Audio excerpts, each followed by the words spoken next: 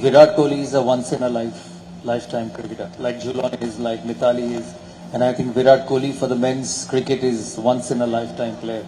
To score 80 international hundreds in a career is something unbelievable. For me, he's probably the greatest white ball player the world has seen.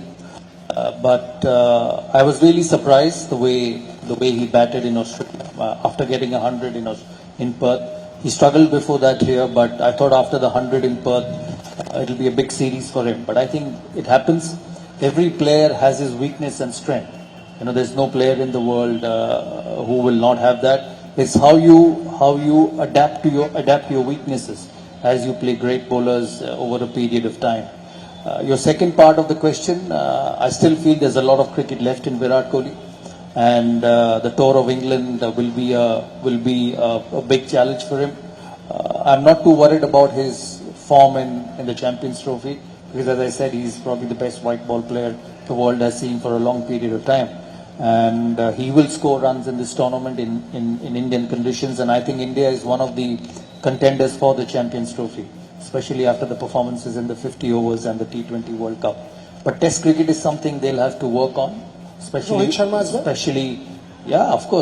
when they go away from home. Rohit Sharma in white ball cricket is phenomenal, and you will see a different Rohit Sharma once the Champions Trophy starts. And as I said, they will be one of the contenders for the tournament. But come the red ball and come the seaming, swinging pitches, they'll have to bat a bit better than what they have done. I've always said that if you score 350 to 400 runs on first innings of Test matches away from home, you get yourself in a position to win Test matches. You know, if you're getting out for less than 200, then you're always fighting from behind. And the reason they won in Perth is because they got 400 or 500 runs on the board, second innings. So that's what the game is all about. The bowlers win you matches, especially when you have someone like Bumrah. Mohammad Shami is fit. I'm so happy to see him fit, because I think he is probably the best after Bumrah in the country. Do you want to see Shami in red ball cricket? Yeah, absolutely. Why not? And as I said, he's as good as anybody in the world. So Shami and Bumrah bowling at two ends is different than Bumrah bowling from one end. So as much as Shami is important for Bumrah, Bumrah is important for Shami, because they keep pressure on both ends in Test cricket, where you have to bowl 20-25 overs. I wish Mohammad keeps fit. You know, it was good to see him. He's looking slim and fit and strong. I know he'll be a bit nervous because he's playing cricket after a long time, especially with a knee injury. But the good thing is that he bowled a lot for Bengal in the domestic cricket, which is going to help him in the games to come.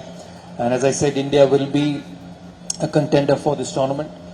Come England in July, they'll have to really work hard to play well there, because the conditions are different. I know India did not have a great series of Australia, but if you look at the last two World Cups, the T20 World Cup, India won it unbeaten, and then the 50 over World Cup, India lost the final. So if you look at India's performance in the last two World Cups, they've just lost one game in almost about 20 of them. So I think it's a phenomenal one-day team. It's a phenomenal white ball team, and for me, they will be the favourites in the Champions Trophy. And in terms of social media, you know, that's why you're a professional. You have to find a way to stay out of it.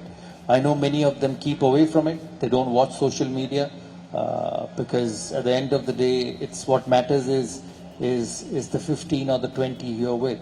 Yes, that's a shot. Cricket की हर बड़ी खबर, Lovely shot. हर बड़े update और live discussion के लिए जुड़िए मेरे साथ सिर्फ India TV cricket YouTube channel पर।